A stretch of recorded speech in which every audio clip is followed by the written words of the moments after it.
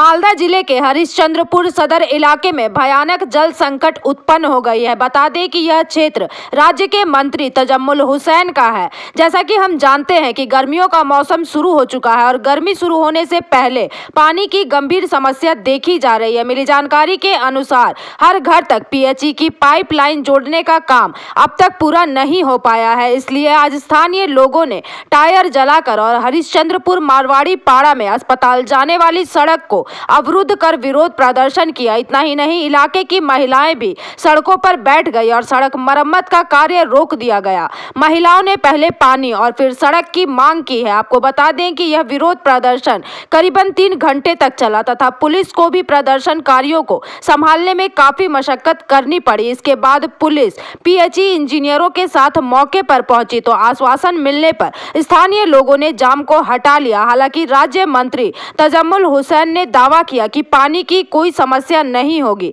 और इलाके में हर घर तक जल्द ही पानी पहुंचाया जाएगा। वहीं दूसरी ओर भाजपा का आरोप है कि तृणमूल कांग्रेस लोगों को पानी से वंचित कर रही है क्योंकि सदर इलाके में उनके वोट ज्यादा है। बता दें कि इस पूरे मामले पर राजनीतिक घमासान भी शुरू हो गया है।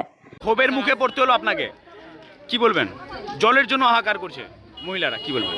যে দাবি ছিল বাড়ি বাড়ি হাউস কানেকশন, তার কাজ আগামীকাল থেকেই শুরু হয়ে যাবে। এতদিন কেন বন্ধ ছিল স্যার? এতদিন এখানে হায়ার দেওয়া পাইপ আছে, ডিপার্টমেন্ট থেকে অর্ডার ছিল হায়ার দেওয়া পাইপে ফুটো করা যাবে না, সেই কারণে বলছি যে পাইপলাইন বসেছে সেই পাইপটা বারবার ফেটে যাচ্ছে। নিম্নমানের সামগ্রী দিয়ে পাইপলাইনের কাজ করা হয়েছে। টেস্ট হয়ে আছে, সামগ্রীর কোনো অসুবিধা নেই।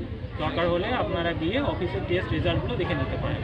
হাইড্রোলিক টেস্ট হয়েছে, কিন্তু বর্তমানে যদি পাইপ ফাটে সেটা পুরোনো দিনের পাইপ। জলের সমস্যাটা কি মিটবে?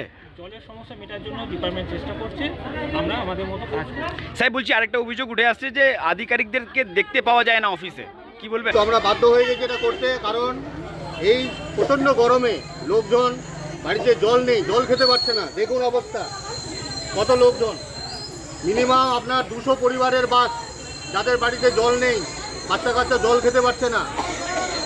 যার জন্য আমাদের বাধ্য হয়ে এই পথটি বেছে নিতে আমরা বাধ্য হয়েছি এবং আমাদের খুবই লজ্জা লাগছে। প্রশাসনকে আমরা এটা জানাবো, আপনাদের প্রপার শহরে, প্রপার টাউনে, প্রপার একটা এলাকায় এইরকম কন্ডিশন হয়ে আছে যেখানে আপনার বিভিন্ন গ্রামে গঞ্জে জলের কানেকশন প্রতিটা বাড়িতে হয়েছে, অথচ একটা টাউনশিপ যেই জায়গাটা মেন সেখানে এখনো জলের ব্যবস্থা হয়নি।